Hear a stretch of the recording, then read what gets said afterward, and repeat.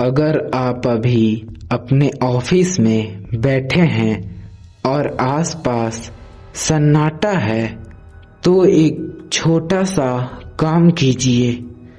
अपनी गर्दन धीरे से घुमाइए और पीछे की तरफ खाली केबिन को देखिए।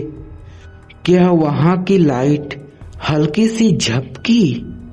शायद आपको लगा होगा कि वह बिजली की गड़बड़ी है, लेकिन यकीन मानिए, जो कहानी मैं आज आप लोगों को सुनाने जा रहा हूँ उसे सुनने के बाद आप रात को ओवर टाइम करने के लिए 1000 बार सोचेंगे, क्योंकि यह सिर्फ एक कहानी नहीं है, ये उस केबिन की हकीकत है जहां काम कभी खत्म नहीं होता और काम करने वाला कभी घर नहीं जाता। वह सन्नाटा जो बोलता था, मैं एक आईटी कंपनी में काम करता हूँ। शहर की पुरानी ऊंची इमारत पे 14 फ्लोर पर हमारा ऑफिस था।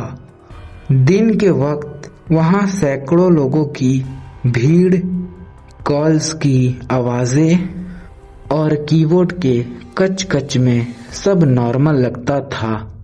लेकिन शाम के 7 बजते ही वहाँ का माहौल किसी ठंडे कब्रिस्तान के जैसे होने लगता था। मैंने गौर किया था कि घड़ी की सुइयां जैसे ही 7 पे जाती, वहाँ के आदमी लोग अपना बैग पैक करके अपने अपने घर जाने लगते। कोई भी लिफ्ट का इंतजार नहीं करता, बस सब वहां से जल्दी जल्दी निकलना चाहते थे। मैं नया था, जोश में था। मुझे लगता था ये सब शहर की ट्रैफिक से बचने के लिए भागते हैं, पर सच ट्रैफिक नहीं, वह डर था। एक रात प्रोजेक्ट की डेडलाइन मेरे सिर पर थी। बॉस ने साफ कह दिया था कि आज काम खत्म करके ही जाना। रात के 10 बज चुके थे। पूरा फ्लोर खाली था, सिवाय मेरे डेस्क के लैंप के। हर तरफ अंधेरा था। अचानक जैसे कोई बहुत तेजी से टाइप कर रहा हो। मैंने सोचा कि शायद ऊपर वाले फ्लोर पर कोई होगा, पर फिर याद आया 14वां फ्लोर आखिरी था। ऊपर सिर्फ छत थी। आवाज मेरे ठीक पीछे वाली केबिन से आ रही थी। वह केबिन जो हमेशा खाली रहता था।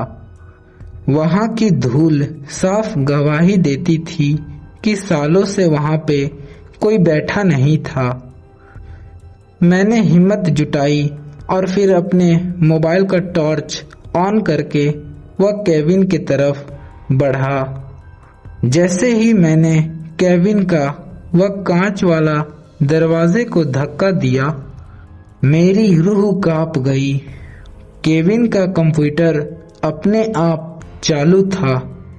उसकी नीली रोशनी में पूरा केबिन नहाया हुआ था और सबसे भयानक बात, स्क्रीन पर एक एक्सेल शीट खुली थी और कर्सर अपने आप पागलों की तरह भाग रहा था। डेटा खुद पर खुद टाइप हो रहा था। वहां कोई इंसान नहीं था, पर फिर भी कुर्सी हल्की हल्की हिल रही थी, जैसे कोई उस पे बैठकर काम कर रहा हो।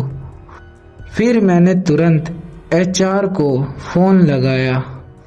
उन्होंने फोन उठाते ही एक धीमी आवाज में मुझे कहा, जिसने मेरे हाथ से फोन छुड़ा दिया, पीछे मत देखो, लिफ्ट मत लेना, सीढ़ियों से भागो और सुबह तक ऑफिस मत आना। फिर मैं पागलों की तरह भागा। जैसे ही मैं एग्जिट डोर पर पहुंचा, पीछे से एक भारी ठंडी और जानी पहचानी आवाज आई, अरे लॉगआउट कहाँ कर रहे हो?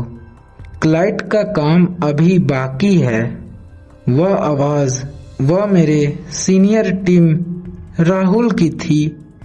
वही राहुल जिनका 6 महीने पहले यही ऑफिस में काम करते करते हार्ट अटैक से मौत हो गया था।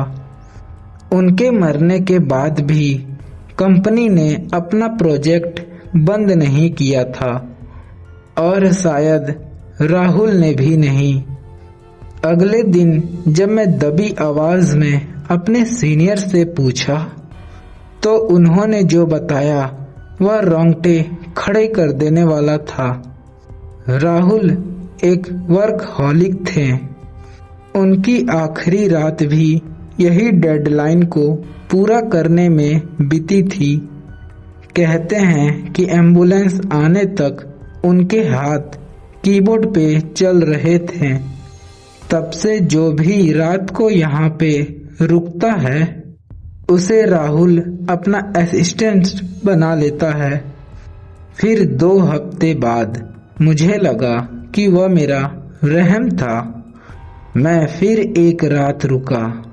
रात के ठीक 12 बजे ऑफिस की सारी लाइट एक साथ बंद हुई और सारे कंप्यूटर स्क्रीन एक साथ जल उठे।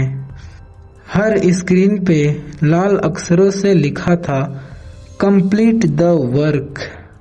तभी मेरे कंधे पर एक बर्फ जैसा ठंडा हाथ महसूस हुआ।